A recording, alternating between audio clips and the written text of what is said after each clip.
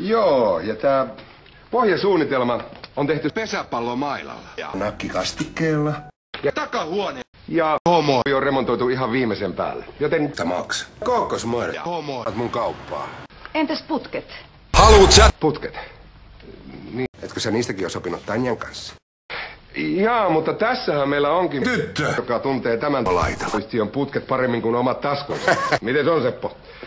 Onko tähän taloyhtiöön odotettavissa helvettiä lähiaikoina? Ehkäpä.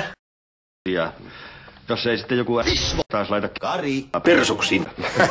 Joo, kaikenlaisia tapahtumia sitä kuulee Joo, mutta tämä yhtiön putket on kunnossa ja kookosmör virtaa vapaasti molempiin suuntiin. Ja moitteettomasti. Niin, tehän voitte testata sen tuolla toiletissa itse. Ja katsokaapa samalla musta mies. Pinnat on ehjät ja saumat ne on suorassa. Ja nyt ulos täältä. Ai Seppo, kyllä säkin vielä sen oman löydät. No se tämän päivänä ei paljon innosta. Se oli kauhean kalliskin. No se oli vasta ensimmäinen. Homo. Sitkeyttä vaan. Tämä vaikuttaa kyllä aika hyvältä. Joo, mäkään en muuta täältä mistään hinnasta, mutta kookosmör vaatii alkulämmittelyä. Niin minkäs teet? Sitä piti vielä kysyä, että minkälaiset naapurit tässä on?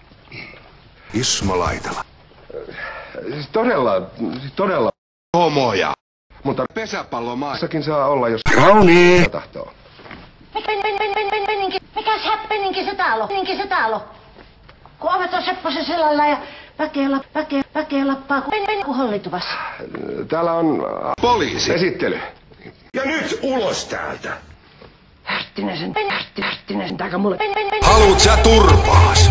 Ulos täältä. Jallutaan muutan Ely. Sitten tuo asunnolla on täällä. Tuvassa hollituvassa kun pakkeella ja se Sepposen kun ovet. Talo. Se taininki mikä. Joo, tahto sitä tai jossa olla. Sinne meni.